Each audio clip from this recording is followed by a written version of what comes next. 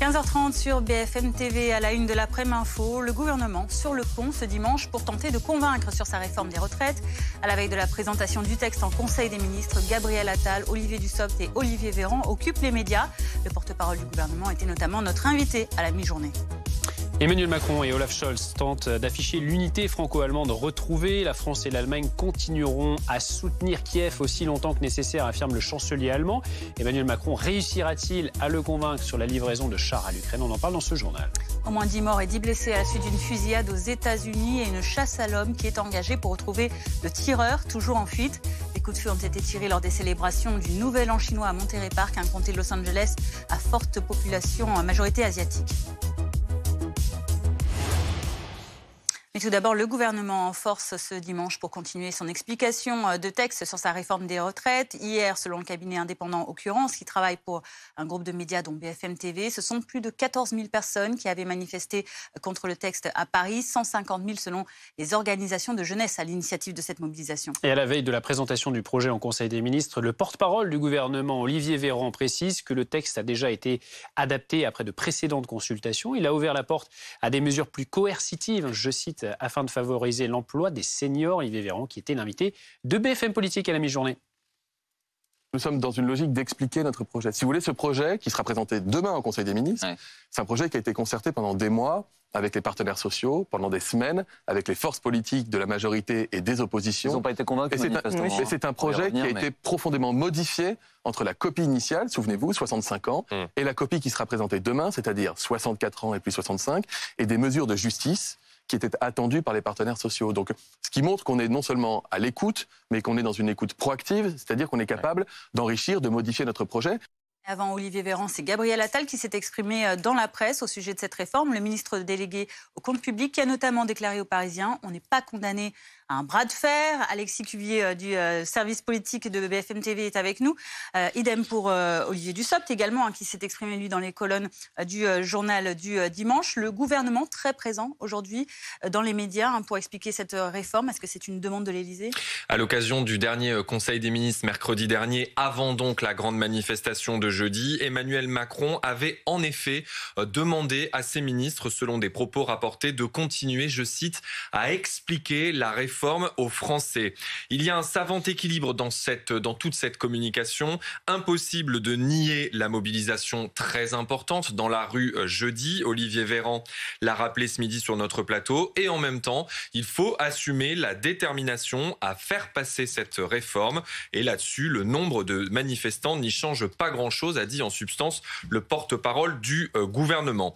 Dans le même temps, et c'est encore plus visible ces dernières heures, il y a des pistes de discussion qui se dessinent. Vous en avez parlé, Benjamin. Le même Olivier Véran ne s'est dit tout à l'heure pas totalement opposé à la mise en place de garde-fous. Le terme est important pour assurer que les seniors ont toute leur place dans l'entreprise. Endurcissement donc du fameux index senior qui a été présenté par la Première ministre il y a 15 jours. Gabriel Attal, dans les colonnes du Parisien, est allé encore plus loin. Nous sommes très ouverts, je cite, à des propositions sur l'incitation, la reconversion et à regarder sans tabou des mesures coercitives pour les entreprises qui ne joueraient pas le jeu. Toute la question, c'est de savoir si ces pistes de négociation, l'index senior, c'est une parmi d'autres, seront suffisantes pour les oppositions. Gouvernement et majorité n'en diraient a priori pas beaucoup plus avant le début de la discussion parlementaire début février. Après une étape symbolique importante demain dans le parcours du texte, la présentation de cette réforme en Conseil des ministres. Merci Alexis. Nous sommes en direct avec Benjamin Hamar. Bonjour, merci d'être avec nous, membre de la direction nationale de la CGT. Ces pistes d'ouverture lancées par le gouvernement ce dimanche, ça ne change pas grand-chose pour vous? Vous êtes déterminés? Vous allez continuer à vous mobiliser pour tenter qu'il y ait un retrait de cette réforme? Oui, alors effectivement, j'ai écouté attentivement les représentants gouvernementaux qui effectivement s'exprimaient aujourd'hui. Et en réalité, la réponse, quand on les écoute et à leurs aménagements à la marge, la phrase qui me revient en tête, c'est celle d'Henri Krasuki, l'ancien secrétaire général de la CGT, qui finalement nous avait expliqué, nous avait indiqué la boussole et le cap dans ce genre de situation. Henri Krasuki disait « La régression sociale, ça ne se négocie pas, ça se combat ». On n'est pas là pour négocier le poids des chaînes et pour essayer de voir comment le gouvernement pourrait trouver des petites portes de sortie. Ce projet est un projet scélérat. Le report de l'âge légal est la solution sur laquelle le gouvernement s'obsède. En réalité, nous lui avons fourni toutes sortes de propositions qui sont effectivement complètement raisonnables, étayées. Je vais vous dire une chose simple. Je donne un exemple sur les questions de financement. Si on augmente de 5% les salaires dans le privé, 5% c'est moins que le niveau de l'inflation. Si on les augmente de 5%, on dégage 9 milliards pour les caisses de retraite. 9 milliards de cotisations. Donc la réalité, c'est qu'il y a des tas de solutions. Il n'y a aucune urgence dans le financement et il n'y a aucune raison d'accepter une réforme aussi violente, une réforme unanimement rejetée par les organisations syndicales et très majoritairement rejetée par les Français. Et j'écoutais ce que disait que ce soit M. Véran ou M. Attal, et en réalité, il se dégage comme porte-parole du gouvernement, mais aussi ministre du baratin. Je rappelle que nous parlons de la même personne qui disait il y a quelques jours qu'à coup sûr, la mobilisation du 19 janvier ne serait pas massive. La même personne qui nous disait que les Français partent à la retraite en moyenne aujourd'hui à 63,8 ans. On se demande bien où est-ce qu'il est parti chercher ce chiffre, vu que la DRS, qui est un organisme statistique qui dépend du gouvernement, lui-même indique que c'est 62,4 ans. Donc des gens qui passent leur temps à mentir et qui passent leur temps à nous dire finalement que nous ne comprenons pas la réforme, comme si les Français et les syndicats étaient stupides, tout le monde a bien compris, personne n'en veut, mais eux ils disent qu'ils vont continuer à nous convaincre. C'est désespérant et ils vont mériter cette mobilisation sociale massive. Justement, pour continuer de vous faire entendre, il va falloir occuper le terrain d'ici le 31 janvier, et notamment la présentation du texte à l'Assemblée et cette nouvelle journée de grève. Côté CGT, chez vous, Philippe Martinez a déclaré aujourd'hui que la CGT n'excluait pas des actions pendant les vacances d'hiver. Est-ce que ce n'est pas un enjeu un petit peu difficile à gérer pour vous, pour ne pas non plus vous mettre les Français qui, même s'ils sont opposés majoritairement, en tout cas on le voit dans les sondages, à la réforme, pourraient aussi se braquer contre les syndicats? Oui, alors écoutez, je vais vous dire là-dessus, nous on est très à l'aise. Il n'y a aucune raison qu'il y ait une trêve, aucune. Et la responsabilité de la situation, encore une fois, c'est celle du gouvernement. Et ça, on le martèlera, et je pense que les Français l'ont bien compris. Rien ne nécessitait une telle réforme. Sur le fond, comme au moment où on le fait, je rappelle qu'on est dans une époque, dès la fin de l'année dernière, où il y avait déjà une colère sociale. Tout le monde a dit à Emmanuel Macron qu'il ne fallait pas, même dans son propre camp, certains lui ont expliqué qu'il n'était pas du tout opportun. Factuellement, vous le savez... Factuellement, vous le savez, ça peut jouer quand même, un blocage pendant les vacances. Alors, dans l'esprit des Français, ça peut changer la donne. Non mais, j'ai compris votre question, je suis en train d'y répondre. Je l'avais compris. Et je vous le dis, nous martèlerons aux Français que les responsables de la situation, c'est le gouvernement. Et vous savez quoi? Monsieur Véran, je l'ai entendu tout à l'heure chez Monsieur Boursier, disant que c'était normal que les syndicats manifestent, mais qu'effectivement, il n'était pas pour telle paralysie, il n'était pas pour tel blocage. Mais je vais vous dire, on ne lui demande pas son avis sur la mobilisation syndicale. Lui et son gouvernement ont pris la décision de faire une telle déclaration de guerre sociale. La mobilisation, nous, on va monter le curseur très haut et les vacances, en aucun cas, ne seront une trêve. Il n'y a pas de raison de faire une trêve parce que ce qu'il faut expliquer aux Français, c'est que si cette réforme passe, quand ils vont partir à la retraite, et je pense qu'ils l'ont bien compris, c'est une mesure d'une violence sociale inouïe. Donc la fin justifie les moyens, et nous nous battrons. Il y a la grande date du 31 janvier, mais le calendrier syndical de la CGT sera resserré, et il sera effectivement émaillé d'actions locales, professionnelles, un peu partout, y compris pendant les vacances. Ça, c'est clair. Merci Benjamin Amar, merci en tout cas d'avoir précisé ceci. En effet, les Français vous ont entendu aujourd'hui, on verra s'ils sont d'accord avec les méthodes que vous employez. Merci de nous avoir répondu cet après-midi. On voulait également vous parler de ce cas. Dans ce projet de réforme, le gouvernement met notamment l'accent sur l'emploi des seniors. Mais aujourd'hui, pourtant, ceux qui souhaitent travailler plus longtemps sont parfois sanctionnés. Compléter sa petite retraite avec un emploi dans la fonction publique, par exemple, peut s'avérer plus complexe qu'on ne le croit. Oui, c'est la mauvaise nouvelle que vient de découvrir Nicole. Avec une pension de seulement 900 €, le fisc lui en réclame 22 000 pour avoir trop travaillé. Marjorie Marcillac, Kelly Lafin ont recueilli son témoignage.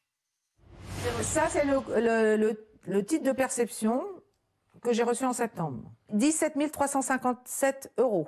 Un premier courrier du Trésor public, suivi d'un autre lui réclamant 5 000 € supplémentaires et divisant par 2 sa pension. J'ai même pas assez pour payer mon loyer, mon électricité.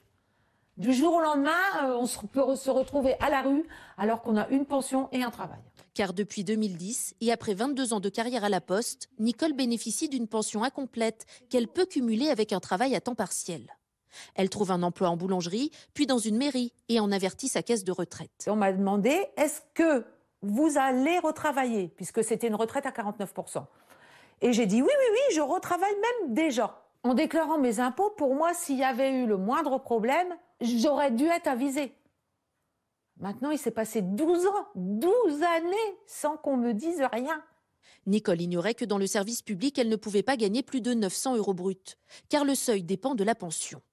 Une règle complexe d'après cet avocat qui ignore souvent de petits retraités qui voulaient arrondir leur fin de mois. C'est la triple ou la quadruple peine, c'est-à-dire que vous avez travaillé dans des emplois précaires, donc vous avez une petite retraite, et en plus de ça, votre niveau de cumul autorisé est bas, et quand il y a un problème, vous vous retrouvez à devoir payer des sommes très importantes, alors que vous avez des revenus très modestes. Nicole est entrée en contact avec d'autres retraités ayant reçu le même courrier.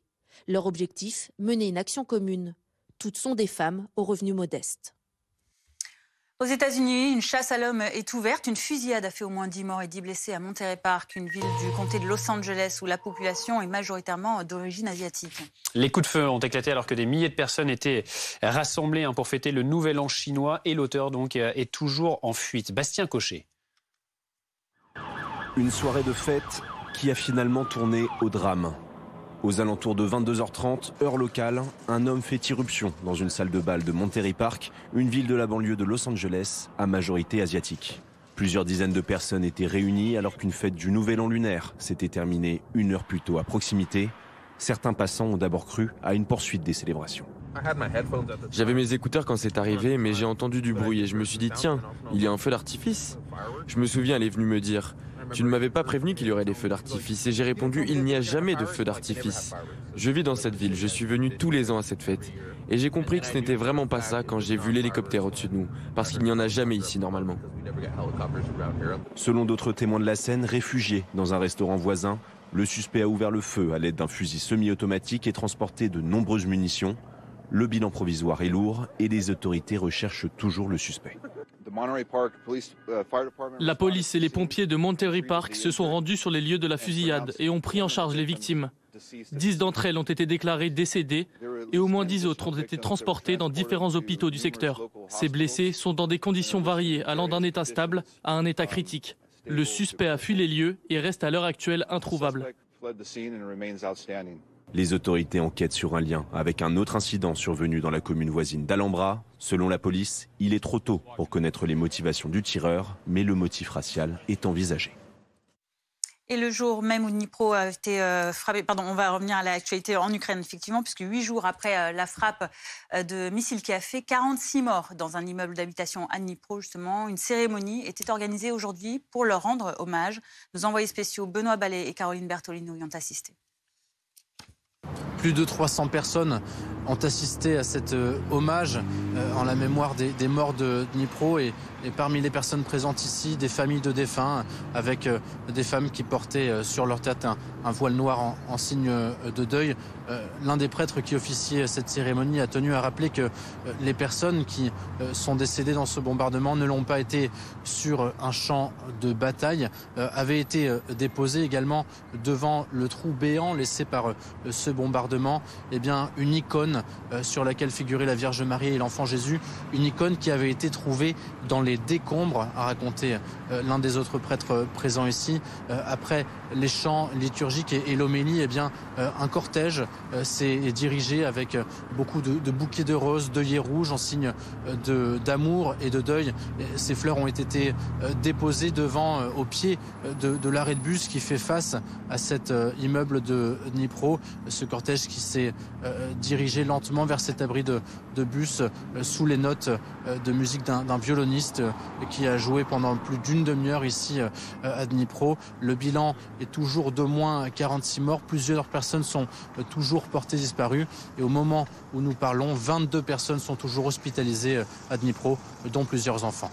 Et le jour même où Dnipro a été frappé le 14 janvier, de nombreux autres missiles russes avaient également touché d'autres villes du pays avec des conséquences destructrices pour le système électrique ukrainien. Illustration dans une maternité de Kiev, dans ce reportage de Rémi Inc, Hugo Dorsemène et Thomas Boutin. Elles sont obligées de faire des centaines, parfois des milliers de kilomètres pour donner la vie dans de bonnes conditions. On peut entrer ? Anastasia nous reçoit, elle a les yeux fatigués d'une maman qui a donné naissance à des jumelles, Amelia et Solomia. Oui, tu vas bientôt manger. Fin de grossesse stressante. Elle vit à Irpin, mais avec les coupures d'électricité, il était trop risqué pour elle d'accoucher dans cette ville. Alors son médecin lui a conseillé de venir ici à Kiev pour sa sécurité et pour celle de ses filles. Juste après les bombardements, nous avons passé entre 12 heures et plusieurs jours sans électricité.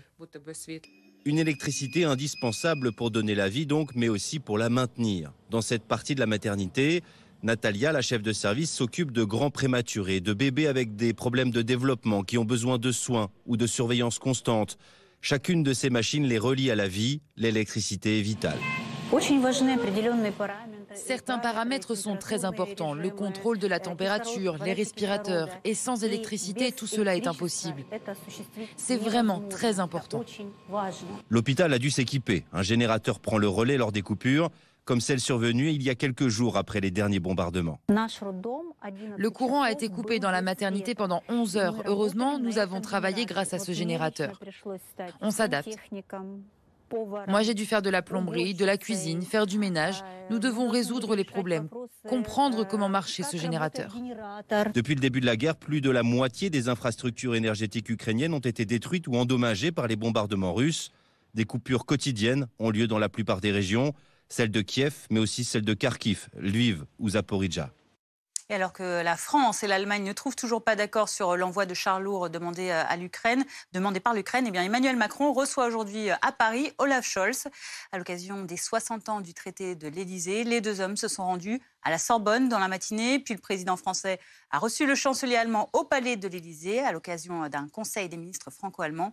Les deux hommes s'exprimeront ensuite en conférence de presse en fin d'après-midi. On en parle avec Benjamin Morel qui est sur le plateau avec nous. Bonjour Benjamin, maître de conférence à l'université Paris 2 Panthéon-Assas. Des retrouvailles à Paris pour tenter de gommer les dernières dissensions entre Français et Allemands, notamment concernant cette question de l'envoi des chars en Ukraine. Alors c'est une question et c'est peut-être même pas la principale question aujourd'hui, tellement les tensions entre Berlin et Paris sont importantes. Il y a d'abord une tension sur le marché de l'électricité. Il faut voir qu'aujourd'hui on a un marché de l'électricité, c'est connu assez bien aujourd'hui, indexé sur le prix des centrales à gaz. C'est une volonté allemande. Les Allemands jugent que c'est une bonne méthode. Et évidemment, pour le marché français, eh bien, ça conduit à une surestimation du prix de l'électricité. Tout ce dont on parle, le prix de l'énergie pour les boulangeries, etc. Tout ça est très lié en réalité. C'est pas le coût de l'énergie qui pose problème, c'est vraiment ce marché de l'électricité. Et ça, c'est vraiment un point de tension entre les deux capitales.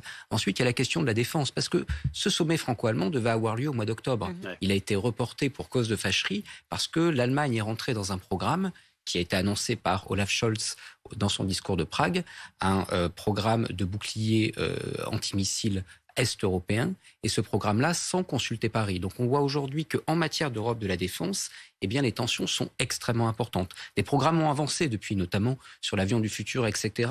Mais malgré tout, il y a très très loin de la coupe aux lèvres, et entre les deux capitales, eh bien les tensions sont aujourd'hui assez élevées, et la question des chars, évidemment, bien ne fait que rajouter quelque chose dans cette tension, sachant que pour le coup, eh bien, il y a également l'ombre de Washington. Ouais. Qui pourrait ressortir de ce conseil des ministres franco-allemands qui a lieu dans cet après-midi? Alors, il va falloir voir si des coopérations peuvent notamment être envisagées en matière de défense. Si peut-être, concernant les chars, des solutions franco-allemandes peuvent être trouvées. On sait que les Allemands veulent également qu'il y ait des Leclerc. Ils ont peur qu'il n'y ait que des Léopards dans les plaines d'Ukraine, ce que l'on peut comprendre. Donc on peut avoir des signaux envoyés de ce côté-là. Du côté du marché de l'énergie, là, c'est pas forcément évident. On peut malgré tout s'attendre à quelques annonces, mais a priori, c'est encore très très loin de pouvoir évoluer dans le bon sens. Merci beaucoup Benjamin pour toutes ces explications. Et pendant ce temps, cette image en Ukraine, regardez, un hélicoptère Sea King est donné par le Royaume-Uni, le pays qui a fait don de 3 hélicoptères de ce modèle aux Ukrainiens. Et puis, autre image, l'ancien Premier ministre britannique Boris Johnson en visite en Ukraine. Il s'est rendu à Boutcha où un massacre avait été commis au début du conflit. Il a aussi visité la ville de Borodianka près de Kiev, durement touchée par ce conflit. Et il a rencontré, vous le voyez, le président ukrainien Volodymyr Zelensky. L'actualité à présent au Royaume-Uni, après avoir beaucoup pleuré au mois de septembre dernier après la mort d'Elisabeth II, les Britanniques le savent, ils vont désormais beaucoup faire la fête au mois de mai prochain, puisque le couronnement de Charles III aura lieu le week-end du 6 mai. Alors, comment vont se dérouler les festivités? On en sait un peu plus désormais, puisque Buckingham Palace a dévoilé le programme hier soir. Alexia Prunier. Un week-end prolongé à célébrer avec ses proches. Voilà le ton que veut donner Buckingham aux 3 jours consacrés au couronnement de Charles III. Première étape, le 6 mai, avec la traditionnelle cérémonie dans l'abbaye de Westminster. L'épouse de Charles, Camilla, sera elle aussi couronnée. Le dernier sacre d'un souverain avait eu lieu en 1953 pour Élisabeth II. Il avait été suivi par 27 millions de Britanniques. L'événement avait même été diffusé pour la première fois à la télévision dans le monde entier. Le lendemain, un grand concert aura lieu au château de Windsor, dans le même esprit que celui donné lors du jubilé de la reine en juin dernier. Plusieurs stars sont attendues, mais la programmation n'est pas encore connue. Au même moment, les monuments emblématiques de la capitale seront illuminés. Enfin, le lundi 8 mai a été déclaré jour férié dans tout le pays. La monarchie souhaite faire de cet événement historique un moment de fête et de partage. Elle incite également les Britanniques à donner de leur temps pour faire du bénévolat. The Big Help Out encourage les gens à essayer de faire du bénévolat ou à se joindre au travail pour soutenir leur région. Une question reste sur toutes les lèvres. Harry et Meghan seront-ils présents durant le week-end ? Il y a 2 semaines, le prince a publié ses mémoires explosifs dans lesquels il charge plusieurs membres de la famille royale. On n'imagine pas le roi ne pas inviter son fils cadet. Est-ce qu'ils viendront ? C'est autre chose. Est-ce qu'ils ont envie de venir ?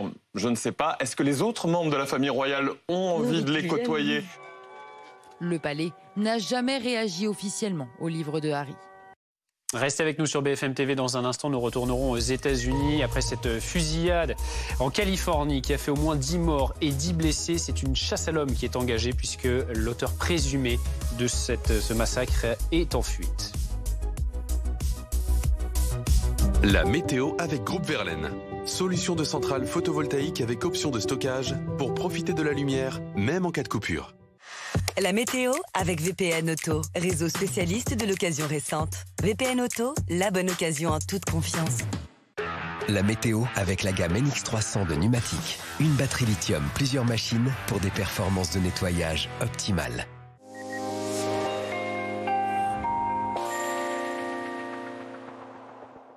Des conditions qui vont rester anticycloniques, mais très hivernales également, puisque le froid va se maintenir. On a toujours un département en vigilance orange, toujours les Landes, en raison de ces crues en cours. Donc soyez prudents sur le département. Partout ailleurs, donc des conditions relativement calmes. On a quand même ce dimanche quelques flocons ici ou là qui peuvent encore voltiger, vous le voyez, du nord-est, comme c'était prévu, jusque sur le centre-est du pays, mais quasiment plus rien actuellement. Un petit peu d'instabilité sur la Corse. On va d'ailleurs la conserver demain matin. On va conserver aussi beaucoup de nuages sur la majeure partie du pays. Beaucoup de grisailles, de nuages bas. On aura encore quelques flocons ici ou là autour de l'Auvergne en allant sur les Pyrénées. Beaucoup de vent en Méditerranée. Et puis quelques timides éclaircies qui reviennent donc par la pointe bretonne et sur les reliefs. Toujours beaucoup de vent en Méditerranée. Dans l'après-midi, la grisaille se maintient. On retrouve encore quelques flocons ici du Massif central jusque sur les Pyrénées. Encore de l'instabilité sur la Corse. Beaucoup de vent, vous le voyez, sur les régions de l'Est, de bonnes rafales, notamment dans la vallée du Rhône. Et puis les températures, c'est toujours de l'air froid. Regardez les valeurs attendues demain matin au réveil. Alors ça remonte, mais ça reste très bas. -9 à Aurillac, 1 degré à Paris, 5 degrés, ce sera pour Lille dans le courant de l'après-midi.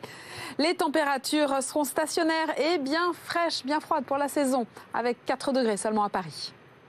Vous avez regardé la météo avec Groupe Verlaine. Isolation thermique par l'extérieur avec aide de l'État. Groupe Verlaine, le climat de confiance. C'était la météo avec VPN Auto, réseau spécialiste de l'occasion récente. VPN Auto, la bonne occasion en toute confiance. C'était la météo avec la gamme NX300 de Numatic. Une batterie lithium, plusieurs machines pour des performances de nettoyage optimales. Ce week-end, gros plan sur ces entreprises qui font bouger les marchés. De par les caractéristiques de son économie, préserver elle-même les entreprises. TPE, PME, start-up, l'actualité business. Ce week-end sur BFM TV. Votre programme avec Fortunéo, expert de la bourse en ligne depuis plus de 20 ans. Fortunéo, j'aime ma banque. On peut savoir ce qu'un mec de Free fait chez nous? C'est l'installateur Free Pro. Mais avec ça, on aura tous une fibre de fou et un forfait mobile 5G, donc... Bien sûr, nous, on est RIF. Mais pour la boîte, on prend FreePro. Il n'y a rien qui vous gêne. On fait comment si quelqu'un l'apprend? Ok, on n'a qu'à faire un pacte. Personne n'en parle. Bah oui, mais lui, il peut parler. Eh ben, faut pas le laisser partir. Vous allez faire quoi? Qu'est-ce qu'on va faire? On va rester chez FreePro, nous? Un jour, peut-être, RIF fera mieux que Free. En attendant, retrouvez le meilleur de Free pour les entreprises chez FreePro. Merci FreePro. Qui a dit que l'électrification ne pouvait pas vous surprendre?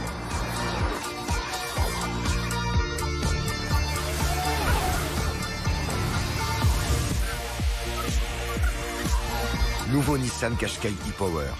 La motorisation unique pour profiter du plaisir de l'électrique sans recharge. Découvrez les avantages du nouveau Nissan Qashqai e-Power en venant l'essayer en concession. On avait l'idée. Mais pour développer notre app, il nous fallait de la structure, un plan, du financement. Ouais, non. Et surtout, il nous fallait quelqu'un pour mettre le feu. Les experts comptables, des conseils qui mettent le feu. Est-ce que Chloé ne va pas prendre sa voiture ce soir parce qu'avec son assurance auto-alliance, moins elle roule, moins elle paie? Non, évidemment. Si Chloé ne conduit pas ce soir, c'est parce qu'elle fête ses 30 ans et que la nuit risque d'être longue. Avec l'assurance auto Petit Rouleur Alliance, moins vous roulez, moins vous payez. En choisissant un forfait kilométrique, vous pouvez économiser jusqu'à 25% sur votre tarif auto-alliance. Comme j'aime, c'est simple et efficace. La preuve, j'ai perdu 12 kilos. J'ai perdu 15 kilos en 4 mois avec Comme j'aime. Moi, j'ai perdu 17 kilos. Et moi, j'ai perdu 13 kilos. Et je me sens bien dans mon corps, mieux dans mes baskets, mieux dans mes vêtements. Et ça fait plaisir, quoi. Alors, si vous voulez perdre du poids, lancez-vous dans un programme qui marche pour de vrai. Venez vite faire votre devis en ligne. C'est gratuit, simple et sans engagement. Alors, rendez-vous sur commej'aime.fr ou appelez le 0800 37 37 37, 0800 37 37 37. Moi qui l'aime tant.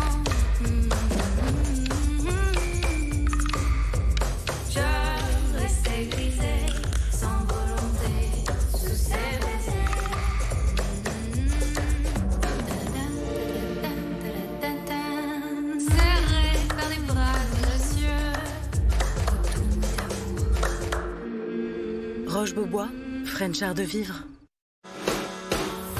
Et si Sofinco vous aidait à bien démarrer l'année? Parce qu'en ce moment, on a tous besoin de souplesse. Avec les solutions Sofinco, vous pouvez payer en plusieurs fois et augmenter ou baisser les mensualités de votre prêt perso quand vous en avez besoin. C'est vous qui choisissez. Contactez-nous au 3005 ou sur sofinco.fr. Sofinco, vous donnez de l'avance.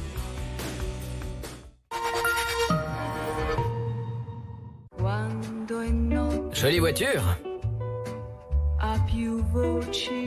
C'est vert. C'est bleu. Non, il a raison, c'est vert. Allons-y. En 2023, Fiat étend le bonus écologique de 7 000 € à tous. Profitez de nouvelles Fiat 500 dès 129 € par mois sans condition de reprise. Cet été, vous retrouvez votre fils en Suède. C'est drôle, la Suède. C'est le pays du hareng. Et vous adorez ça. Sauf celui-là. Celui-là, vous l'aimez un peu moins. La France, l'Europe, le bassin méditerranéen des 34 €. Transavia, les destinations qui vous sont chères, moins chères. Vous avez le choix. Vous pouvez garder les vêtements dont vous n'avez pas besoin ou les vendre sur Vinted et gagner de l'argent. Téléchargez Vinted. Vous ne le portez pas? Vendez-le.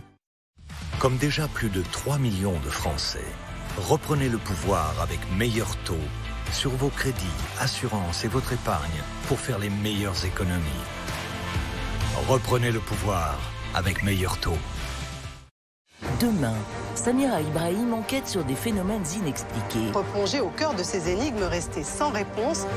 Inédit, enquête mystérieuse, demain à 21h10 sur RMC Story et RMC BFM Play.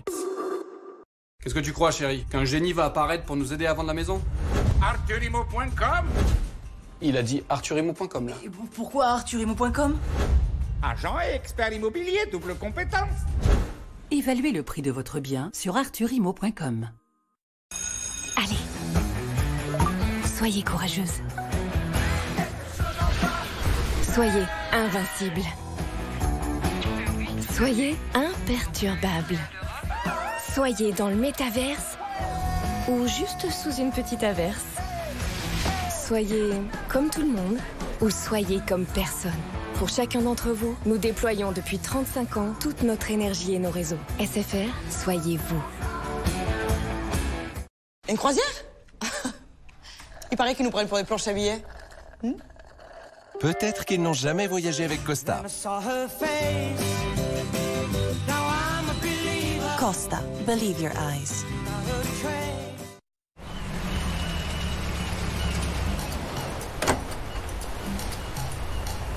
T'as trouvé ta vague? Ouais, la bleue, elle est bien là.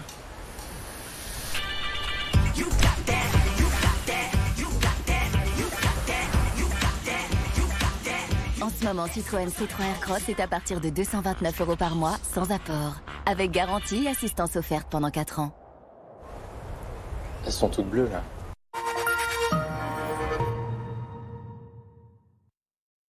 Merci d'être avec nous sur BFM TV à la une de l'actualité de ce dimanche à 16h. Aux États-Unis, une fusillade a fait au moins 10 morts, 10 blessés près de Los Angeles en Californie. Des dizaines de milliers de personnes étaient rassemblées à Monterey Park pour les festivités du Nouvel An chinois. L'auteur présumé est toujours en fuite. Nous serons aux États-Unis dans un instant avec Antoine Lard. 60 ans après la signature du traité de l'Élysée, Emmanuel Macron reçoit aujourd'hui le chancelier allemand Olaf Scholz. Visite de la Sorbonne, puis conseil des ministres franco-allemands à l'Élysée. Une célébration de l'amitié entre les deux pays, pourtant en désaccord sur de nombreux points récemment, notamment sur la question de l'envoi de chars lourds en Ukraine. Décryptage dans ce journal. Le gouvernement explique et défend sa réforme des retraites ce dimanche avant sa présentation demain en Conseil des ministres. Il ouvre notamment la porte à des mesures plus coercitives pour favoriser l'emploi des seniors, alors que de son côté, Philippe Martinez prévient de possibles journées d'action pendant les prochaines vacances. Et puis un photographe a été gravement blessé lors de la manifestation de jeudi à Paris contre la réforme des retraites. Amputé d'un testicule après avoir reçu un coup de matraque d'un policier, l'avocate de l'homme annonce que la victime va porter plainte. Le préfet de police demande de son côté que toute la lumière soit faite sur les circonstances de cet incident.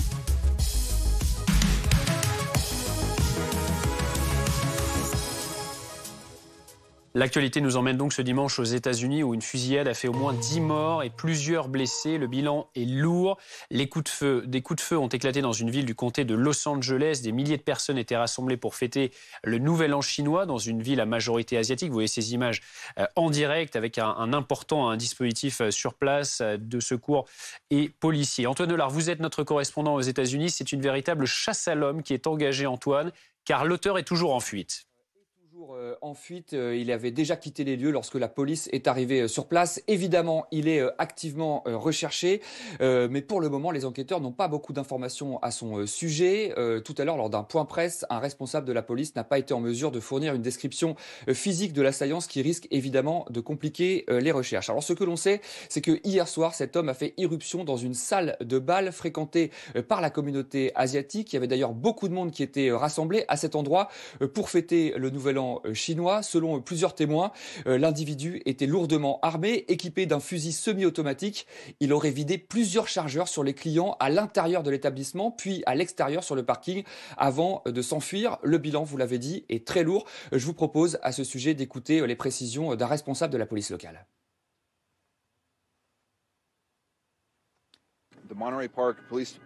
La police et les pompiers de Monterey Park se sont rendus sur les lieux de la fusillade et ont pris en charge les victimes. 10 d'entre elles ont été déclarées comme décédées et au moins 10 autres ont été transportées dans différents hôpitaux du secteur.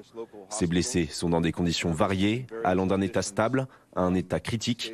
Le suspect a fui les lieux et reste à l'heure actuelle introuvable. Si qui que ce soit a des informations concernant cet incident, nous leur demandons d'appeler la brigade des homicides de Los Angeles. LA Sheriff's Homicide. Alors pour le moment, les motivations du tireur restent floues. On pense bien sûr à un crime raciste. Cette fusillade, cette tuerie a eu lieu à Monterey Park, une petite commune de la banlieue de Los Angeles, peuplée essentiellement, majoritairement d'Asiatiques. Ils représentent 65% des habitants. Mais pour le moment, les enquêteurs restent extrêmement prudents. Ils disent que toutes les pistes sont à l'étude. Le FBI a été appelé en renfort pour faire toute la lumière. Joe Biden, le président américain, a aussi été briefé sur ces événements qu'il suit donc de très près. Les festivités du Nouvel An chinois qui devaient se poursuivre aujourd'hui dimanche ont bien entendu été annulées. Tout cela a lieu aussi dans un contexte où la violence par arme à feu atteint des niveaux records aux États-Unis. Depuis le début de l'année, 34 fusillades de masse ont déjà eu lieu. Ça fait plus d'une par jour en moyenne. Merci beaucoup Antoine Nelard sur ces dernières précisions et donc cette enquête qui ne fait que commencer puisque, on le rappelle, le tireur est toujours en fuite et nous sommes toujours à un bilan provisoire donc de 10 morts et de 10 blessés au moins. Merci Antoine Nelard. On en vient à l'actualité en France à présent. Emmanuel Macron qui reçoit aujourd'hui le chancelier allemand Olaf Scholz pour les 60 ans du traité d'amitié franco-allemand de l'Elysée. La France et l'Allemagne continueront à soutenir l'Ukraine aussi longtemps que nécessaire, a dit le chancelier allemand. Agathe Lambré, on vous retrouve, vous êtes dans la cour de l'Elysée pour BFM TV. En coulisses, il y a ces discussions autour notamment des livraisons de chars lourds à l'Ukraine. Est-ce qu'Emmanuel Macron va tenter de convaincre Olaf Scholz aujourd'hui ?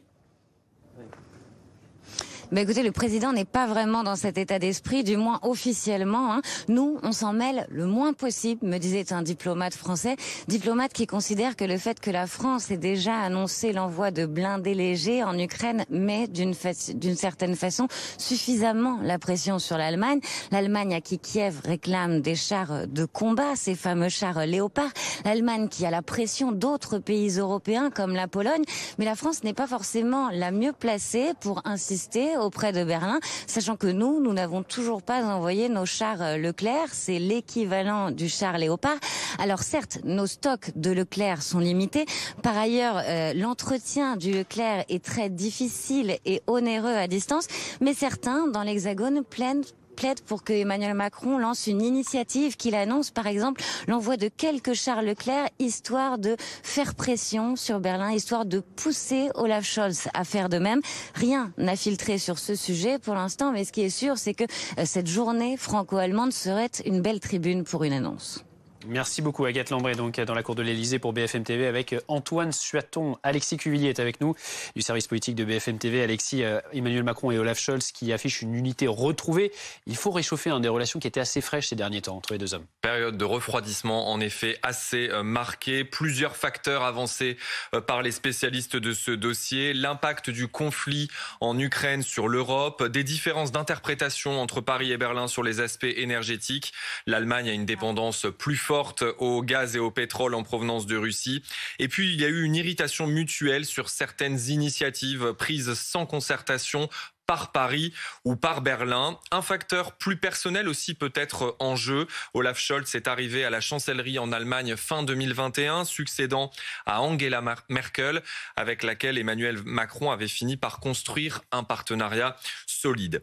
Un événement a illustré ces difficultés, l'annulation à l'automne dernier d'un conseil des ministres franco-allemands qui devait se tenir à Fontainebleau. Le président français avait semblé reprocher dans les jours qui ont précédé, lors d'un déplacement à Bruxelles, le manque de solidarité de l'Allemagne. On commémore aujourd'hui 60 ans d'amitié franco-allemande et évidemment, en 6 décennies, il y a bien sûr déjà eu des épisodes de tension. La position de François Mitterrand, par exemple, au moment de la réunification allemande, en 1989 ou plus récemment les dissensions budgétaires avec Angela Merkel au début du premier mandat d'Emmanuel Macron. L'Union européenne se retrouve souvent dans la position de victime collatérale de ces confrontations feutrées entre Paris et Berlin. Tout l'objet, bien sûr, de la journée d'aujourd'hui, c'est de montrer, d'illustrer un nouveau départ. La présidente de l'Assemblée nationale, Yaël Braun-Pivet, parlait ce matin de relations exigeantes, de visions différentes, mais d'une volonté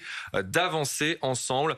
Nous verrons tout à l'heure à l'occasion de la conférence de presse commune entre Emmanuel Macron et Olaf Scholz si la relation est bien repartie sur de bonnes bases. On suivra ça également avec vous. Merci Alexis Cuvillier. On va voir également comment cette réunion est perçue du côté de l'Ukraine, puisque cette question des chars est centrale dans ce contexte de conflit. Rémink, vous êtes notre envoyé spécial à Kiev pour BFM TV. Et depuis la capitale, on suit évidemment de très près ces échanges qui ont lieu actuellement entre l'Allemagne et la France à Paris.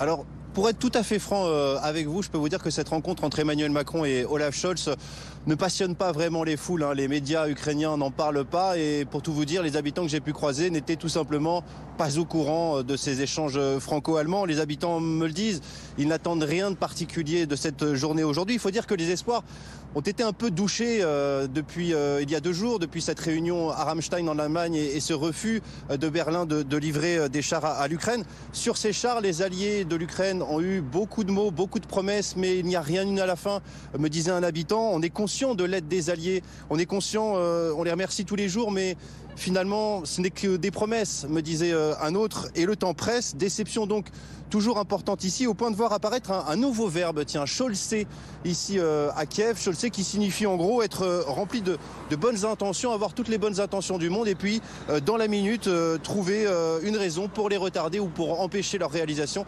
Ça vous donne un petit peu une idée de l'état d'esprit ici. En revanche, oui, les Ukrainiens attendent toujours du concret, attendent toujours des chars modernes. Nous avons pu rencontrer 2 hauts gradés de l'armée ukrainienne qui nous rappelaient justement le rôle très important de ces chars, protéger l'infanterie, protéger les hommes sur le terrain, limiter les pertes humaines et puis remplacer le parc vieillissant de chars soviétiques qui sont actuellement déployés par Kiev. Des chars modernes donc toujours attendus ici à Kiev qui seraient indispensables pour contrer les Russes qui sont en train de mener l'offensive notamment à l'est du pays. Merci beaucoup Rémi, notre envoyé spécial à Kiev pour BFM TV. On est en direct avec le général Jérôme Pellistrandi. Bonjour, merci d'être avec nous, consultant défense BFM TV. Selon vous, Emmanuel Macron peut-il réussir à convaincre Olaf Scholz de livrer ses chars lourds à l'Ukraine ? Ce que l'on sait en tout cas, c'est que le président Emmanuel Macron a donné l'exemple en décidant l'envoi d'ici quelques semaines de chars médians, les AMX-10 RC. Et donc, dans les discussions qui sont en cours donc à l'Élysée, bien entendu, cette question va être abordée parce que, très clairement, les Ukrainiens ont besoin de chars lourds. Et donc, la ressource actuelle la plus aisément transférable, ce sont ces fameux chars Léopard de construction allemande. Les Polonais en ont, d'autres États européens en ont, mais il faut ce feu vert. Et donc, vraisemblablement, cette question est sur le tapis à l'Élysée. Et donc, il y a, oui, une pression qui est exercée par Paris parce qu'il faut impérativement que l'Ukraine ait des moyens plus lourds pour contrer l'offensive russe qui est en train de se préparer. Qu'est-ce que ça changerait et à quel terme, justement, l'envoi de ces chars, par exemple? Quel serait l'impact attendu par Kiev? Alors déjà, il faut penser que les Ukrainiens ont perdu environ 450 chars d'origine soviétique et qu'il leur faudrait une masse de manœuvre d'environ 300 chars modernes et cela demandera du temps parce que même si une décision positive était prise maintenant, il faudra plusieurs semaines pour former les équipages, les entraîner et transférer les équipements. Il faut compter au minimum 2 à 3 mois. Cela vous met au printemps. Merci beaucoup, Général Pellistrandi, d'avoir été avec nous en direct sur BFM TV pour évoquer donc cette actualité. Et pendant ce temps, dans l'est du pays, en Ukraine, la ville de Dnipro rend hommage à ses victimes tuées dans le bombardement d'un immeuble le week-end dernier. Ce dimanche, donc, une messe était organisée, vous le voyez sur ces images en extérieur, pour les 45 personnes qui ont péri dans cette frappe. Retour en France à présent, 16h11, on parle de la réforme des retraites. Au lendemain de cette manifestation d'une partie de la jeunesse soutenue par les Insoumis, le gouvernement réagit. Olivier Véran était l'invité de BFM Politique à la mi-journée. Aujourd'hui, c'est un projet qui a été profondément modifié, ce qui montre qu'on est à l'écoute, une écoute proactive. On est capable d'enrichir, de modifier notre projet. Les déclarations du porte-parole du gouvernement, un gouvernement qui ouvre donc la porte à des mesures plus coercitives afin de favoriser l'emploi des seniors, selon donc le gouvernement. Un peu plus tôt, Gabriel Attal s'est lui exprimé dans Le Parisien. Le ministre délégué chargé des comptes publics se dit prêt à enrichir ce projet. Maëva Lamy.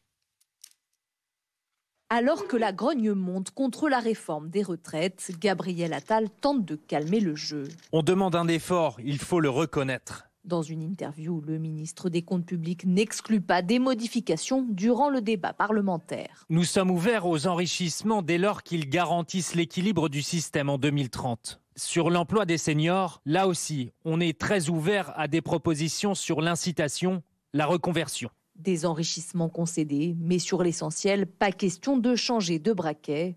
Pour le ministre, il existe un désaccord de fond avec les syndicats. Pour financer les retraites, nous choisissons le travail. Eux privilégient les impôts. Moi, je le dis, on est au taquet sur les impôts en France. Reste à convaincre. Pour cela, Gabriel Attal prône le dialogue et la pédagogie. Je crois profondément qu'on n'est pas condamné au bras de fer. Le ministre défend notamment que 4 Français sur 10 partiraient à la retraite avant 64 ans en cas de pénibilité ou de carrière longue. L'Assemblée nationale est exceptionnellement ouverte ce dimanche car il y a une séance commune entre députés français et allemands. L'occasion d'interroger des députés sur ce projet de réforme des retraites. Avec nous en direct, Benjamin Lucas. Bonjour, vous êtes député Europe Écologie Les Verts NUPES des Yvelines.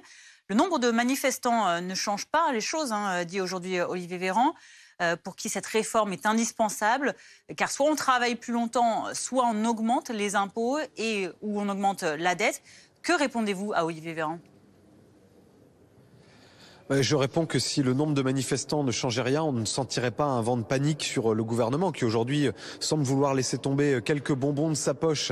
Mais les bonbons tombant de la poche ne changeront pas le goût de cette réforme qui est profondément amère, qui est rejetée par une écrasante majorité de Français.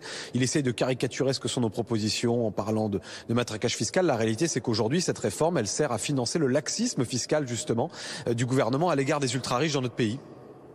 Qui sera présenté demain au Conseil des ministres. Gabriel Attal et Olivier Dussopt se disent prêts aujourd'hui à faire évoluer cette réforme. Est-ce que vous y voyez des signes d'ouverture ou pas ?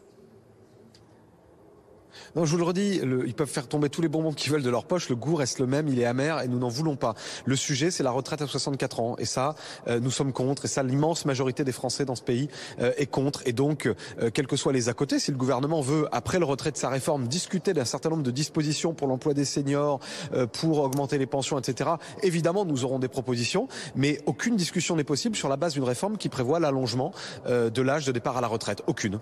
Alors, opposition également du côté des syndicats. Philippe Martinez de la CGT a déclaré aujourd'hui qu'il n'excluait pas d'action pendant les vacances d'hiver. Est-ce que c'est une bonne idée, selon vous, pour faire reculer cette réforme ? Moi, je suis un responsable politique et les organisations syndicales, elles prennent les initiatives qu'elles croient devoir prendre. La preuve que cela fonctionne, c'est que la dernière initiative en date, celle de la mobilisation de jeudi dernier, a été l'une des plus importantes ces 30 dernières années. Et donc, cette unité syndicale qui est précieuse, qui est historique, qui est inédite, moi, je serai à ses côtés. Je soutiendrai les initiatives prises par les organisations syndicales, évidemment. Même pendant les vacances, donc. Oui, écoutez, là il y a un rapport de force et il y a un bras de fer qui est engagé maintenant. Si on veut éviter la paralysie du pays, si on veut éviter les grèves, eh bien la balle est dans le camp du gouvernement. Il peut là apaiser. Il y a un message très fort, très clair qui a été envoyé jeudi dernier avec cette mobilisation inédite, massive. Moi j'en fais des manifs depuis que j'ai l'âge de 5 ans. Avec mes parents, j'en ai vu des dizaines et des dizaines. J'ai rarement vu autant de mobilisation, j'ai rarement vu autant de gens déterminés dans une mobilisation. Donc maintenant, soit le gouvernement entend, la balle est dans son camp, soit il cherche à apaiser le pays et donc il retire sa réforme dont même le corps nous dit ici même à l'Assemblée nationale jeudi dernier qu'elle n'est pas nécessaire, qu'elle n'est imposée par rien si ce n'est par les obsessions gouvernementales. Et dans ce cas-là, eh bien tout ira bien et tout le monde passera de bonnes vacances. Soit le gouvernement s'entête et dans ce cas-là, il va, oui, vers un risque de blocage et de paralysie du pays, mais c'est au gouvernement maintenant de faire le choix de l'apaisement et de retirer sa réforme. Merci beaucoup Benjamin Lucas, député Europe Écologie Les Verts, NUPES des Yvelines, de nous avoir apporté votre éclairage sur cette réforme des retraites. Dans ce contexte, on en vient à présent à cette nouvelle. Jeudi à Paris, lors de la manifestation interprofessionnelle contre la réforme de retraite, un homme a été victime d'un coup de matraque dans l'entrejambe alors qu'il était à terre après avoir chuté. La scène a été filmée, vous le voyez, par nos caméras. Et depuis, cet homme est hospitalisé. Il a été opéré, amputé d'un testicule. Une plainte est en train d'être déposée pour violence volontaire par personne dépositaire de l'autorité publique entraînant une mutilation. Réponse de la préfecture de police de Paris à BFM TV. Je cite, dans un contexte d'extrême violence et dans le cadre d'une manœuvre de police pour interpeller des individus violents, le préfet de police a demandé à ce que les circonstances exactes de l'incident rapporté soient éclaircies. Et Olivier Véran a réagi sur notre antenne. Il a dit que notamment ces images l'interpellaient. Affaire à suivre donc. 16h17, restez avec nous sur BFM TV dans un instant. Ces billes de plastique échouées sur la côte atlantique et qui inquiètent de plus en plus les habitants mais aussi les élus. À Pornic, une centaine de bénévoles étaient réunis hier sur la plage pour nettoyer le sable souillé. On en reparle dans un instant dans notre prochain journal. À tout de suite.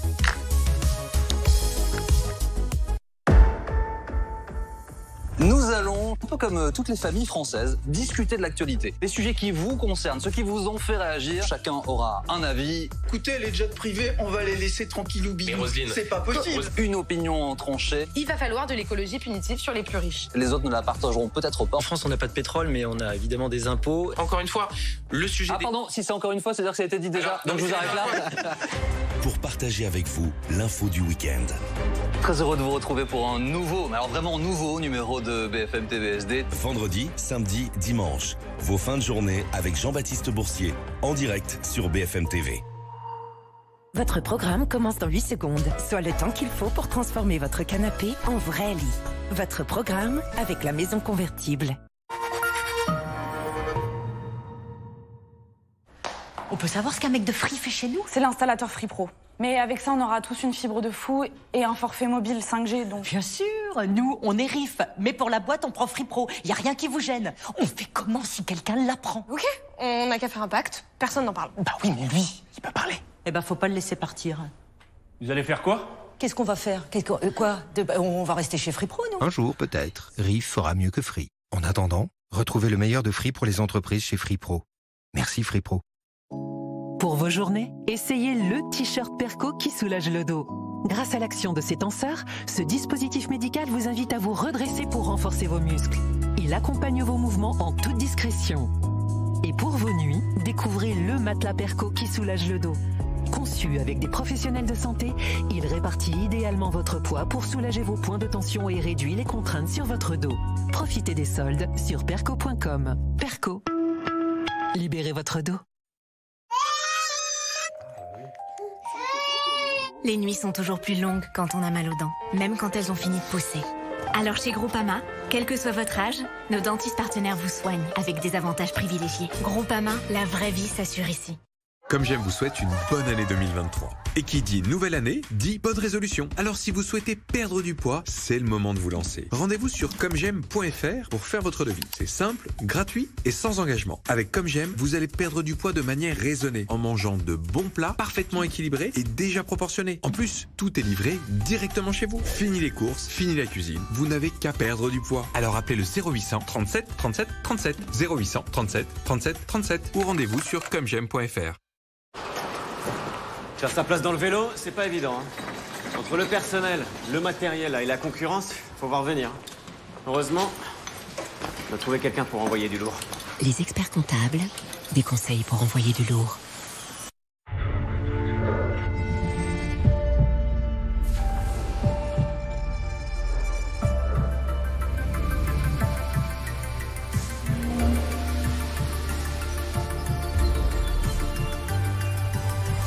Hyundai Ioniq 6, c'est un grand pas pour l'électrique. Awaken Your World. Pour une expérience inoubliable à bord de Hyundai Ioniq 6 100% électrique, réservez votre essai sur Hyundai.fr.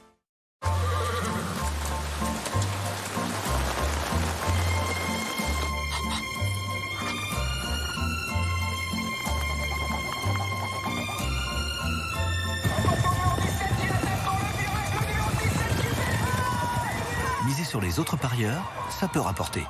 Avec Quintet Plus Spot, le pari qui s'appuie sur celui des autres. PMU, que les meilleurs gagnent. Pour 2 €, découvrez le plus simple des paris PMU.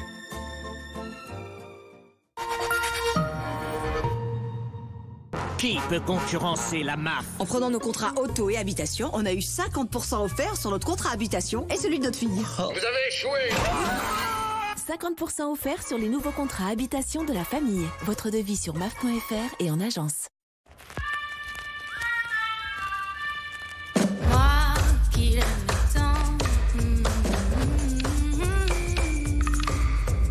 je restais grisée, sans volonté, sous ses baisers.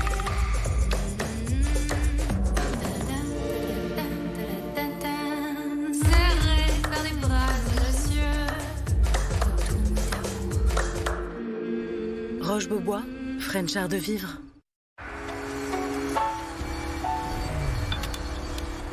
I know what I know, I'm flowing on that too.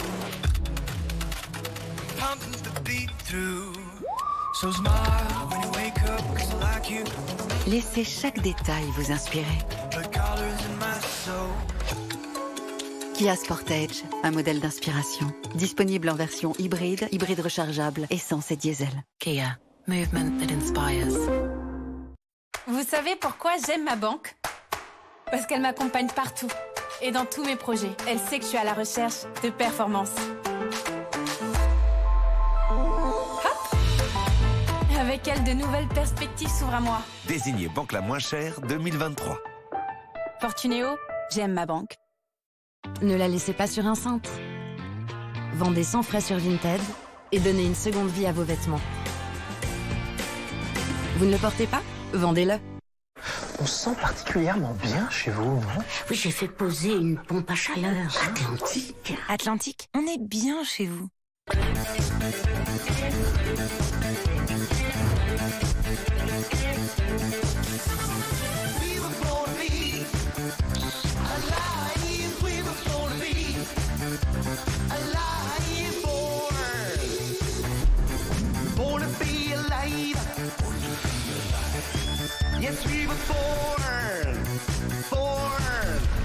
Chaîne thermale du soleil, renaître.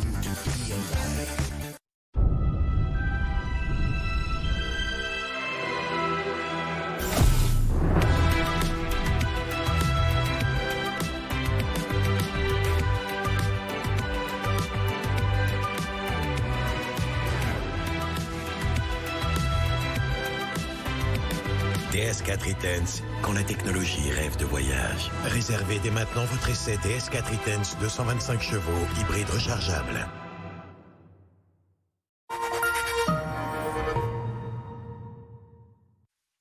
– 16h24, merci d'être avec nous sur BFM TV. À la une de l'actualité, le gouvernement mobilisé ce dimanche pour défendre sa réforme des retraites à la veille de la présentation du projet en Conseil des ministres. Nous voulons convaincre et dialoguer, a indiqué le porte-parole du gouvernement, Olivier Véran, sur notre antenne, alors que Philippe Martinez évoque, lui, la possibilité de journée d'action pendant les vacances. On va reparler des retraites dans le prochain journal. Dans l'actualité également, ce cri d'alarme de plusieurs organisations non gouvernementales. C'est une pollution massive de granulés plastiques industriels dans l'Ouest.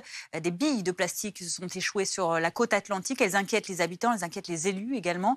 À Pornic, une centaine de bénévoles étaient réunis hier pour nettoyer la plage de ce sable souillé. Hélène Assecourt et Emeline Darcourt. On lève un peu le sable. C'est incroyable tout ce qu'il y a là. On en trouve, ouais. Fouiller dans les algues et dans le sable. Ratisser. Tamiser. Avec un objectif, trouver les billes de plastique échouées ces derniers jours sur les plages de la côte de Jade. Tant que je peux et tant que j'ai le temps, en tout cas, je vais en chercher. En tant que parent et puis citoyenne, bah oui, ça me touche, quoi. La présence de ces billes d'origine industrielle a été détectée par l'association Surfrider. C'est très vraisemblable que ce soit un container plein de ces pellets qui se seraient abîmés en mer. C'est ce que l'on imagine, c'est l'hypothèse la plus vraisemblable. On est là pour dire ça suffit, on veut que les coupables payent. L'association a porté plainte contre X, comme l'ont fait la région Pays de Loire et le maire de Pornic, qui plaident pour plus de traçabilité des produits acheminés par la mer. Quand un conteneur tombe, on doit savoir où il est tombé, ce qu'il y avait dedans et à qui il appartient. On est sur un enjeu de santé environnementale et c'est pas à Pornic, c'est surtout le littoral, parce que je rappelle que l'ensemble du littoral des Sables d'Olonne jusqu'au Finistère est touché par ces petites billes. Ces petites billes de plastique, ça va être mangé par les poissons, par la faune et on va le retrouver dans nos alimentations. Pollution plastique industrielle coupable, c'est le message porté par les bénévoles à la fin de leur opération de ramassage des granulés plastiques industriels.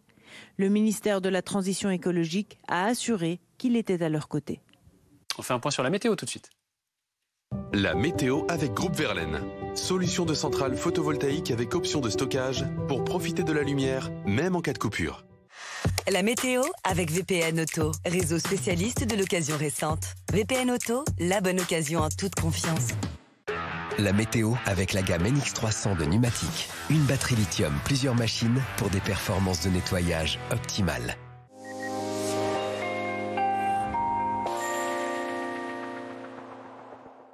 Des conditions qui vont rester anticycloniques, mais très hivernales également, puisque le froid va se maintenir. On a toujours un département en vigilance orange, toujours les Landes, en raison de ces crues en cours. Donc soyez prudents sur le département. Partout ailleurs, donc des conditions relativement calmes. On a quand même ce dimanche quelques flocons ici ou là qui peuvent encore voltiger, vous le voyez, du nord-est, comme c'était prévu, jusque sur le centre-est du pays, mais quasiment plus rien actuellement. Un petit peu d'instabilité sur la Corse. On va d'ailleurs la conserver demain matin. On va conserver aussi beaucoup de nuages sur la majeure partie du pays. Beaucoup de grisailles, de nuages bas.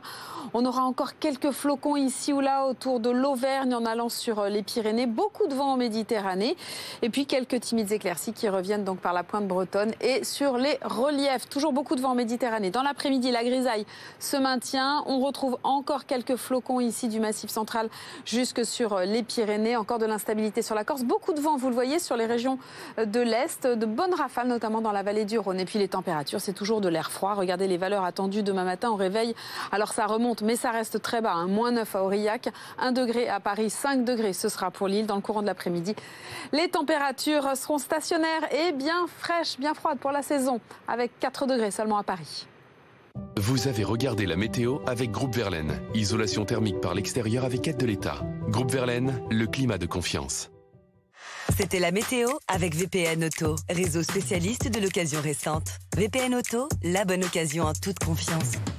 C'était la météo avec la gamme NX300 de Numatic. Une batterie lithium, plusieurs machines pour des performances de nettoyage optimales. Les titres à la une de l'après-midi info à 16h30. 60 ans après la signature du traité de l'Elysée, Emmanuel Macron reçoit aujourd'hui le chancelier allemand Olaf Scholz. Visite de la Sorbonne, puis conseil des ministres franco-allemands à l'Elysée. Une célébration de l'amitié entre les deux pays. Pourtant en désaccord sur de nombreux points récemment, notamment sur la question de l'envoi de chars en Ukraine. Décryptage dans ce journal. Le gouvernement sur le pont ce dimanche pour convaincre sur sa réforme des retraites à la veille de la présentation du texte en Conseil des ministres. Gabriel Attal, Olivier Dussopt et Olivier Véran occupent les médias. Le porte-parole du gouvernement était notre invité à la mi-journée. Côté CGT, Philippe Martinez, lui, n'exclut pas des actions pendant les vacances d'hiver. Et puis aux États-Unis, au moins 10 morts et 10 blessés à la suite d'une fusillade. Une chasse à l'homme est toujours engagée pour retrouver le tireur en fuite. Les coups de feu ont été tirés lors des célébrations du Nouvel An chinois à Monterey Park, un comté de Los Angeles, à la population majoritairement asiatique. Mais tout d'abord, cette actualité à l'occasion des 60 ans du traité de l'Elysée. Emmanuel Macron reçoit aujourd'hui Olaf Scholz à Paris, notamment pour un conseil des ministres franco-allemands, l'amitié franco-allemande, alors que la France et l'Allemagne ne trouvent pas d'accord sur l'envoi notamment des chars lourds demandés par l'Ukraine. Agathe Lambré, vous êtes à l'Elysée. Le couple franco-allemand a-t-il retrouvé un semblant d'unité aujourd'hui ? Écoutez, du moins, unité retrouvée en apparence, et c'était l'objectif notamment de la cérémonie organisée ce matin à la Sorbonne, afficher l'unité franco-allemande, tenter de réparer une relation abîmée après des mois de tension. C'est ce à quoi aussi se sont employés Emmanuel Macron et Olaf Scholz à coups d'accolade et de mots doux, chacun dans son style. Les deux hommes sont extrêmement différents. La France est indispensable, a martelé le chancelier, quand le président, lui, a évoqué la France et l'Allemagne comme deux âmes dans une même poitrine. En ce moment, un autre rendez-vous symbolique a lieu à l'Elysée. C'est le Conseil des ministres franco-allemands qui avait été reporté 2 fois tant les désaccords étaient nombreux et profonds. Des désaccords qui persistent d'ailleurs dans certains domaines. Écoutez ce que me confiait un diplomate. Aujourd'hui, on ne sera pas d'accord sur tout, mais l'idée, c'est de trouver un minimum de dénominateurs communs, histoire de relancer la machine. Agathe, au menu des discussions entre les deux hommes, il y a aussi la livraison de chars lourds à l'Ukraine. Oui, et la pression s'accroît surtout sur l'Allemagne. L'Allemagne qui dispose du plus gros stock de blindés lourds, ces chars Léopard. Mais Olaf Scholz rechigne pour l'instant à livrer ces chars. Un comportement qui agace Kiev, qui agace aussi certains pays européens. Mais la France n'est pas forcément la mieux placée pour faire pression sur Berlin, sachant que nous-mêmes, nous n'avons toujours pas livré l'équivalent des chars Léopard. Ce sont nos chars Leclerc. Alors certes, nos stocks sont limités, mais certains en France plaident pour qu'Emmanuel Macron lance une initiative, qu'il annonce la livraison de quelques chars Leclerc, histoire de pousser Berlin à faire de même. Pour l'instant, rien n'a filtré sur ce sujet. Olaf Scholz, ce matin, s'est contenté de dire que les deux pays continueraient à fournir à l'Ukraine tout le soutien dont elle a besoin. On scrutera attentivement les mots du président et du chancelier tout à l'heure lors de la conférence de presse commune qui a déjà environ 1 heure de retard, donc conférence de presse prévue plutôt vers 18h. Merci beaucoup pour ces précisions, Agathe Lambré, en direct de l'Elysée avec Antoine Suaton pour BFM TV. Benjamin Morel est toujours avec nous, maître de conférence à l'Université Paris de Panthéon-Assas. On le voyait, ces retrouvailles à Paris, elles se font sur un contexte quand même de tensions récentes, notamment, on reparlera du char un peu plus tard, mais sur des questions aussi de l'énergie et de la défense.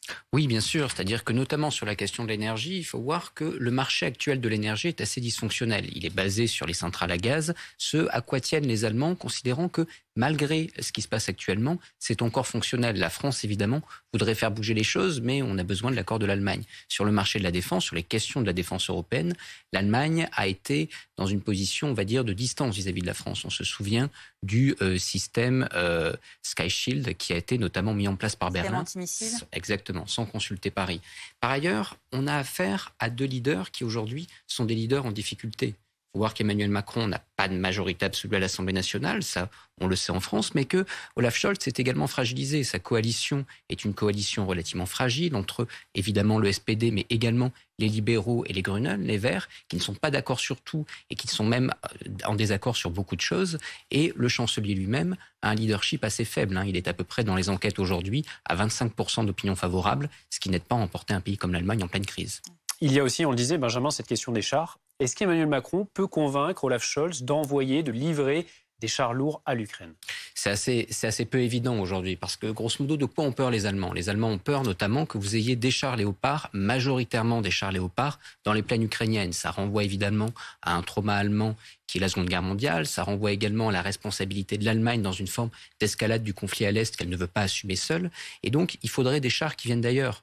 La réalité, c'est qu'on peut envoyer quelques Leclerc, mais ça ne changera pas l'immense coloration des chars qui seraient actuellement en Ukraine. Donc ce qu'attendent les Allemands, c'est beaucoup plus des Abrams américains.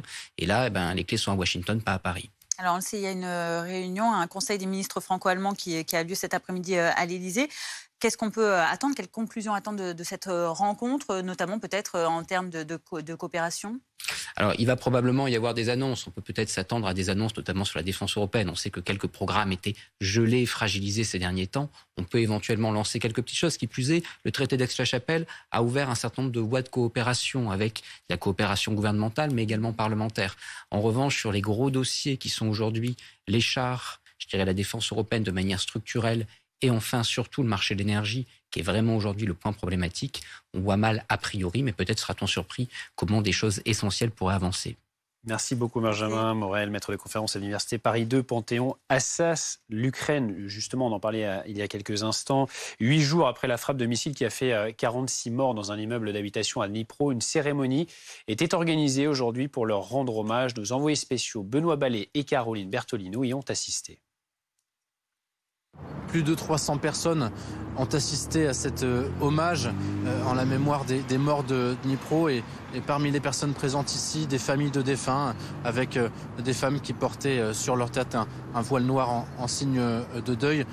L'un des prêtres qui officiait cette cérémonie a tenu à rappeler que les personnes qui sont décédées dans ce bombardement ne l'ont pas été sur un champ de bataille, avaient été déposées également devant le trou béant laissé par ce bombardement, une icône sur laquelle figurait la Vierge Marie et l'enfant Jésus, une icône qui avait été trouvée dans les décombres, a raconté l'un des autres prêtres présents ici. Après les chants liturgiques et l'homélie, un cortège s'est dirigé avec beaucoup de bouquets de roses, d'œillets rouges en signe d'amour et de deuil. Ces fleurs ont été déposées au pied de l'arrêt de bus qui fait face à cet immeuble de Dnipro. Ce cortège qui s'est dirigé lentement vers cet abri de bus sous les notes de musique d'un violoniste qui a joué pendant plus d'une demi-heure ici à Dnipro. Le bilan est toujours d'au moins 46 morts. Plusieurs personnes sont toujours portées disparues. Et au moment où nous parlons, 22 personnes sont toujours hospitalisées à Dnipro, dont plusieurs enfants. Et le jour même, justement, où Dnipro avait été frappé ce 14 janvier, de nombreux autres missiles russes avaient également touché d'autres villes du pays, avec des conséquences destructrices pour le système électrique ukrainien tout entier. Illustration dans une maternité de Kiev, dans ce reportage de Rémi Inc, Hugo Dorsemen et Thomas Boutin. Elles sont obligées de faire des centaines, parfois des milliers de kilomètres pour donner la vie dans de bonnes conditions. On peut entrer ? Anastasia nous reçoit, elle a les yeux fatigués d'une maman qui a donné naissance à des jumelles, Amelia et Solomia. Oui, tu vas bientôt manger. Fin de grossesse stressante. Elle vit à Irpin, mais avec les coupures d'électricité, il était trop risqué pour elle d'accoucher dans cette ville. Alors son médecin lui a conseillé de venir ici à Kiev, pour sa sécurité et pour celle de ses filles. Juste après les bombardements, nous avons passé entre 12 heures et plusieurs jours sans électricité. Une électricité indispensable pour donner la vie donc, mais aussi pour la maintenir. Dans cette partie de la maternité, Natalia, la chef de service, s'occupe de grands prématurés, de bébés avec des problèmes de développement qui ont besoin de soins ou de surveillance constante. Chacune de ces machines les relie à la vie. L'électricité est vitale. Certains paramètres sont très importants. Le contrôle de la température, les respirateurs. Et sans électricité, tout cela est impossible. C'est vraiment très important. L'hôpital a dû s'équiper. Un générateur prend le relais lors des coupures, comme celle survenue il y a quelques jours après les derniers bombardements. Le courant a été coupé dans la maternité pendant 11 heures. Heureusement, nous avons travaillé grâce à ce générateur. On s'adapte. Moi, j'ai dû faire de la plomberie, de la cuisine, faire du ménage. Nous devons résoudre les problèmes, comprendre comment marchait ce générateur. Depuis le début de la guerre, plus de la moitié des infrastructures énergétiques ukrainiennes ont été détruites ou endommagées par les bombardements russes. Des coupures quotidiennes ont lieu dans la plupart des régions, celle de Kiev, mais aussi celle de Kharkiv, Lviv ou Zaporizhzhia. Nous vous en parlions en titre, cette chasse à l'homme aux États-Unis actuellement. Une fusillade a fait au moins 10 morts et 10 blessés à Monterey Park, une ville du comté de Los Angeles où la population est majoritairement d'origine asiatique. Vous voyez ces images en direct. Un important dispositif de sécurité et de police est sur place puisque l'auteur des tirs est toujours en fuite. Oui, des coups de feu qui ont été tirés alors que des milliers de personnes étaient rassemblées dans un studio de danse pour fêter ensemble le nouvel an chinois qui vient de démarrer, les festivités qui vont être mises à l'arrêt. Les détails dans ce reportage de Bastien Cochet. Une soirée de fête qui a finalement tourné au drame. Un peu après 22h, heure locale, un homme fait irruption dans une salle de bal de Monterey Park, une ville de la banlieue de Los Angeles, à majorité asiatique. Plusieurs dizaines de personnes sont réunies alors qu'une fête du Nouvel An lunaire s'est terminée une heure plus tôt à proximité. Certains passants croient d'abord à une poursuite des célébrations. J'avais mes écouteurs quand c'est arrivé, mais j'ai entendu du bruit et je me suis dit, tiens, il y a un feu d'artifice. Je me souviens, elle est venue me dire, tu ne m'avais pas prévenu qu'il y aurait des feux d'artifice. Et j'ai répondu, il n'y a jamais de feux d'artifice. Je vis dans cette ville, je suis venu tous les ans à cette fête. Et j'ai compris que ce n'était vraiment pas ça quand j'ai vu l'hélicoptère au-dessus de nous, parce qu'il n'y en a jamais ici normalement. Selon d'autres témoins de la scène, réfugiés dans un restaurant voisin, le suspect a ouvert le feu à l'aide d'un fusil semi-automatique et transporté de nombreuses munitions. Le bilan provisoire est lourd et les autorités recherchent toujours le suspect. La police et les pompiers de Monterey Park se sont rendus sur les lieux de la fusillade et ont pris en charge les victimes. 10 d'entre elles ont été déclarées décédées et au moins 10 autres ont été transportées dans différents hôpitaux du secteur. Ces blessés sont dans des conditions variées allant d'un état stable à un état critique. Le suspect a fui les lieux et reste à l'heure actuelle introuvable. Les autorités enquêtent sur un lien avec un autre incident survenu dans la commune voisine d'Alhambra. Selon la police, il est trop tôt pour connaître les motivations du tireur, mais le motif racial est envisagé. Dans l'actualité également, le gouvernement très mobilisé ce dimanche pour continuer son explication de la réforme des retraites.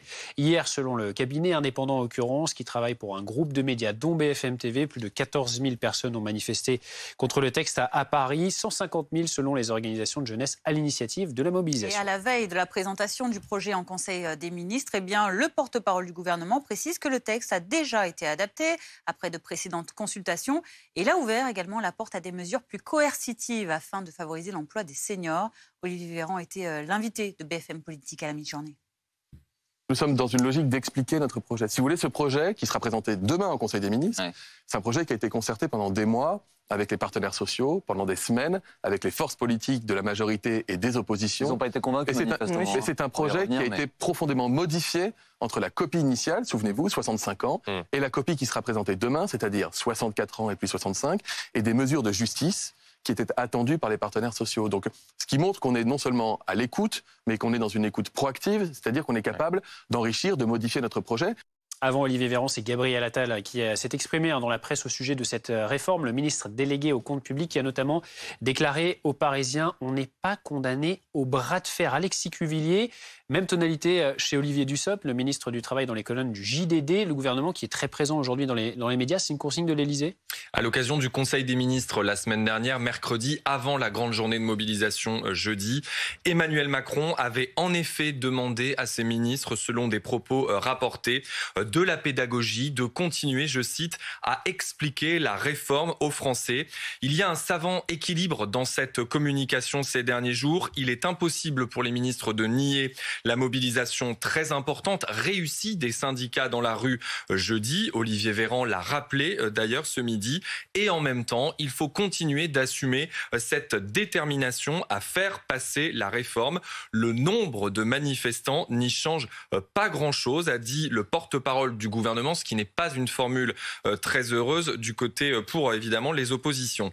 Dans le même temps, et c'est encore plus visible ces dernières heures, il y a des pistes de discussion qui existent. Le même Olivier Véran ne se dit tout à l'heure pas totalement opposé à la mise en place de garde-fous pour assurer que les seniors ont toute leur place dans l'entreprise. Un durcissement donc du fameux index senior qui a été présenté par la Première ministre lors de la présentation globale du texte il y a une quinzaine de jours maintenant.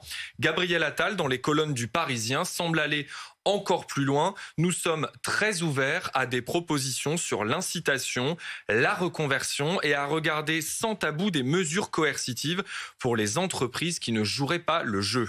Toute la question, c'est de savoir si ces pistes, l'index senior c'est une piste parmi d'autres, ces pistes de négociation seront suffisantes pour les oppositions. Gouvernement et majorité n'en diraient pas beaucoup plus a priori avant le début de la discussion parlementaire annoncée début février. Il y a une étape symbolique importante dans le parcours de ce texte. C'est bien sûr demain matin la présentation de ce texte de la réforme des retraites en Conseil des ministres. Merci Alexis Cuvillier pour ces précisions. Une chose est sûre, en l'état actuel, ce projet de réforme des retraites, la CGT n'en veut pas. Écoutez Benjamin Amar, membre de la direction nationale de la Confédération générale du travail. Ce projet est un projet scélérat. Le report de l'âge légal est la solution sur laquelle le gouvernement s'obsède. En réalité, nous lui avons fourni toutes sortes de propositions qui sont effectivement complètement raisonnables, étayées. Je vais vous dire une chose simple. Je donne un exemple sur les questions de financement.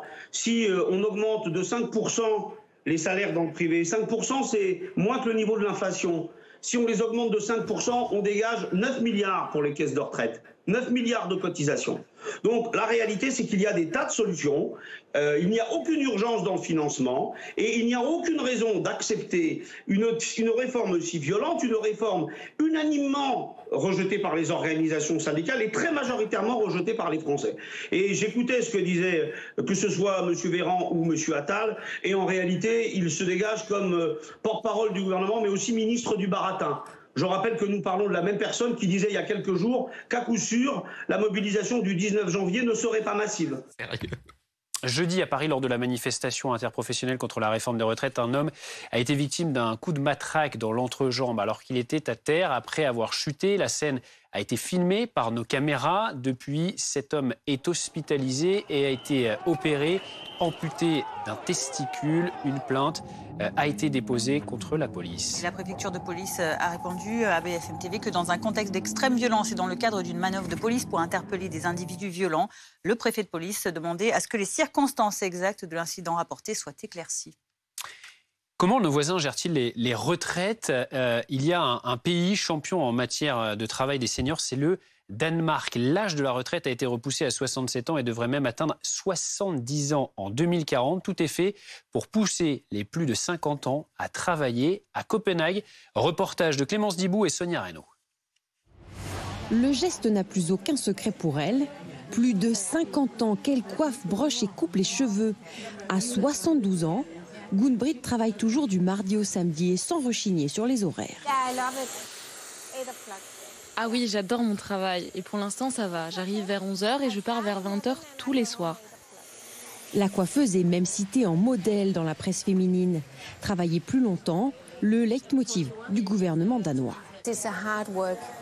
C'est un travail très pénible de rester en permanence debout.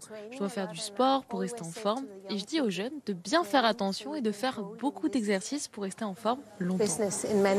Car la pénibilité de son travail, rester de longues heures debout, n'est pas prise en compte. Aucun départ anticipé, même pour les métiers les plus pénibles. Ce qui fait grincer des dents le principal syndicat du BTP. Nos chiffres dans le secteur du bâtiment montrent clairement que les ouvriers de métiers pénibles sont ceux qui ont le plus de problèmes osseux et musculaires.